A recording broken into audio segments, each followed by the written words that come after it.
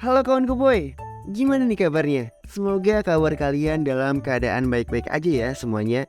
Nah, menjadi salah satu destinasi wisata saat hari libur tiba, bisnis taman hiburan merupakan salah satu hal yang menggiurkan. Bagaimana nggak menggiurkan nih? Penghasilan dari sebuah taman hiburan memang ada di angka yang cukup fantastis. Sebut aja Disneyland, taman hiburan yang terkenal di dunia, memiliki pendapatan yang sangat fantastis, bisa mencapai 6 juta US dollar atau setara dengan 86 miliar per harinya. Bisa dihitung dalam setahun itu. Berapa kira-kira? Penghasilan taman hiburan tersebut bisa mencapai 31,3 triliun rupiah. Nah, bicara soal taman hiburan nih, meskipun penghasilannya sangat menggiurkan, hal ini nggak selalu berhasil loh. Bisa dibuktikan dengan banyaknya taman hiburan di dunia yang meredup, bangkrut lalu tutup, dan kemudian terbengkalai begitu aja. Mulai Bloblyland atau bisa disebut Dunblobland yang ada di Inggris, Spree Park yang ada di Jerman, Gulliver's Kingdom yang ada di Jepang, dan masih banyak lagi taman hiburan yang terbengkalai lainnya. Kita akan membahas taman hiburan yang kini hancur terbengkalai.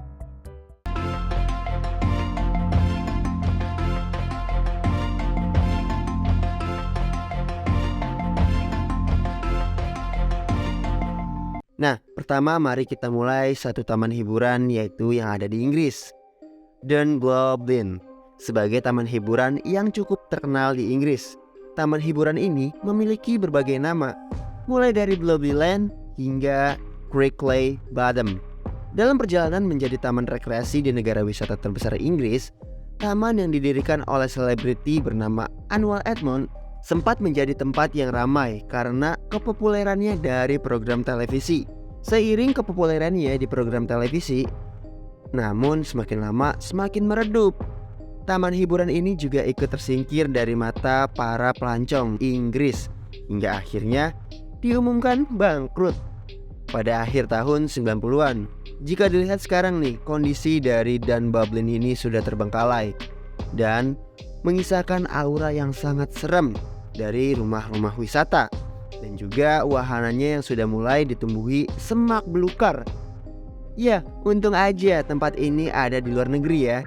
Coba kalau misalkan di Indonesia, udah pasti deh diserbu para konten kreator horor yang kerjaannya selalu kesurupan. Kondisi serupa juga terjadi sebuah tanaman hiburan bernama Spree Park yang dibangun di tengah kota Berlin, yaitu di Jerman. Taman hiburan yang diluncurkan pada tahun 1969 ini cukup terkenal dengan kincir rianya. Secara ini ya, kincir dari Spree Park ini merupakan kincir ria pertama loh yang ada di Jerman. Selain kincir ria, wahana terkenal yang juga pertama kali masuk ke Jerman lewat taman tersebut adalah sebuah roller coaster. Taman hiburan ini memang menjadi salah satu tempat destinasi wisata bagi semua penduduk Jerman. Ya, namun sayangnya meskipun sudah mendapatkan nama terkenal, taman hiburan ini harus gulung tikar karena masalah manajemen yang tidak beres. Gak main-main. Pada awal tahun 2000-an, saat taman hiburan ini diumumkan bangkrut, jumlah hutang yang harus dibayar mencapai 11 juta euro atau setara dengan 195 miliar rupiah.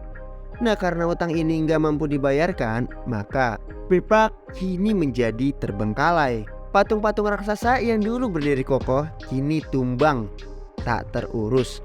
Pada tahun 2018, sebenarnya taman seluas 29 hektar ini pernah mendapatkan secerah harapan karena dibeli oleh pemerintah setempat dan direncanakan bakal dibuka kembali nih. Namun hingga hari ini nasibnya masih gak jelas dan ditinggalkan berantakan. Sayang banget ya kawan Cowboy. Nah oke, sekarang kita terbang. Pegang sabuk pengamannya ya. Kita akan terbang ke Jepang. Nah, di Jepang ada Gulliver's Kingdom seperti namanya nih. Taman hiburan yang satu ini mengambil konsep dari buku Gulliver's Travel yang bercerita tentang Gullivers yang terjebak di negeri para kurcaci. Hal ini kita bisa lihat dengan monumen utama dalam hiburan yang berupa sebuah patung pria raksasa yang sedang teriak dalam pengembangannya. Gulliver's Kingdom ini merupakan proyek pemerintah Jepang yang diluncurkan pada tahun 1997 untuk menarik turis mancanegara agar mendatangi Jepang. Namun sayangnya nih, meskipun sudah menghabiskan dana sebesar 35 juta US dollar atau sekitar 5 triliun rupiah, Gulliver's Kingdom tidak kunjung mendapat popularitas dan dikunjungi oleh pelancong seperti yang diinginkan oleh pemerintah Jepang. Hal ini ditimbulkan oleh rumor buruk tentang Gulliver's Kingdom yang dianggap angker oleh para pelancong. Karena letaknya berdekatan dengan beberapa tempat angker Jepang seperti hutan Aokigahara yang menjadi tempat langganan bunuh diri orang di Jepang, dan juga nih desa Kamikuishiki yang pernah menjadi tempat sekte sesat di Jepang. Masih di Jepang, ada juga nih Nara Dreamland. Saat pertama kali dibuka sebagai taman hiburan, Nara Dreamland memiliki impian untuk menayangi popularitas Disneyland. Ya, baru-baru aja tenar di negara barat. Dalam mewujudkan hal tersebut, Taman Impian yang dibuka pada tahun 1961 memiliki berbagai wahana menarik dan sangat seru untuk dijajal para pendatang yang terus membludak dari hari ke hari. Melihat keberhasilan tersebut, tiada yang menyangka kalau Nara Dreamland harus berujung mengenaskan di tahun 2006. Ya, karena dinyatakan bangkrut akibat sepi pengunjung, kini hanya menyiksa rongsokan-rongsokan besi tua bekas wahana. Salah satu alasan mengapa taman hiburan ini menjadi sepi adalah kehadirannya banyaknya kompetitor seperti Disneyland dan Universal Studio di Jepang.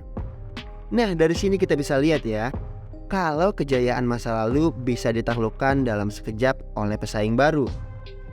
Nah, yang terakhir, datang dari negeri Paman Sam, taman bermain bernama Six Flags New Orleans. Sepanjang sejarah, taman bermain yang dibuka pada tahun 2000-an ini merupakan salah satu taman bermain terluas di dunia. Nggak main-main nih. Taman bermain ini memiliki luas hampir menyamai luas kota Jakarta, yaitu 59 hektar. Waduh, itu butuh berapa lama untuk mengelilinginya? Taman bermain ini terbilang sangat sukses dengan jumlah pengunjung yang terus membludak di hari pekan dan hari libur nasional. Sayangnya, taman bermain ini memiliki kelemahan fatal dalam pembangunannya, yaitu berdiri di dekat danau Pontchartrain yang terkenal sering meluap. Nah, meskipun memiliki sistem drainase yang baik, saat dibangun, taman bermain ini mengakhiri perjalanannya saat tertimpa badai Katrina. Saat dihantam badai, saluran drainase dan taman bermain ini hancur dan membuatnya terendam air hingga akhirnya menjadi tempat terbengkalai. Nah, itu dia beberapa tempat taman wisata yang cukup terbilang megah pada zamannya, namun berakhir dengan sangat suram, bahkan menjadi tempat yang sangat horor. Menurut kalian gimana nih? Ada lagi nggak tempat-tempat seperti ini? Tulis di kolom komentar ya. Jangan lupa di like, subscribe, komen sebanyak-banyaknya, dan share. See you next time.